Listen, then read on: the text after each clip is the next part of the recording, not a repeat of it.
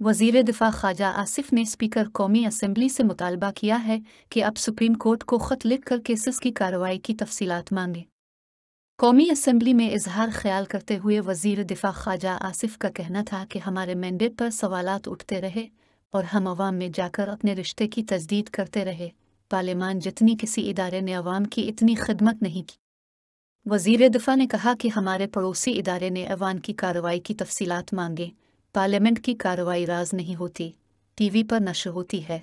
Supreme court का एहतराम है, उनको 100 बार कार्रवाई का बताएं, लेकिन हमें भी सुप्रीम कोर्ट की कार्रवाई की तफसीलात बताई जाएं।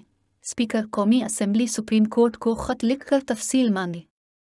ख़ाजा आसिफ का कहना था कि अदलिया हमें बताती है कि मुज़ाकरात करें, हम मुज़ाकरात कर रहे हैं। आइन में कहीं नहीं लिखा कि वो पंचायतें लगवाएंगे। हमें अपने इदारे का दिफा करना पड़ेगा। वज़राए आज़म की गर्दनें लेने की रवायत बंद होनी चाहिए। जुल्फ़िकार अली भुट्टो का अदालती कत्ल हुआ, नवाज शरीफ को ताहयात नाअहल करार दिया गया। हमें तफरीक छोड़कर इदारे की सरबुलंदी की जंग लड़नी पड़ेगी। वफाकी वज़ीर ने कहा कि हम सियासी जंगें लड़ते हैं।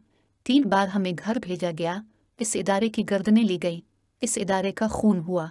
मुशर्रफ को आइन में तरमीम करने का इख्तियार दिया गया। परवेज़ मुशर्रफ वर्दी की ताकत पर मुक्के लहराते थे। फ़र्द वाहिद की ख्वाहिश पर बार बार जमहूरियत का खून हुआ। क्या इन मुकदमात की समाअत की तफसील मनवाई जाएगी?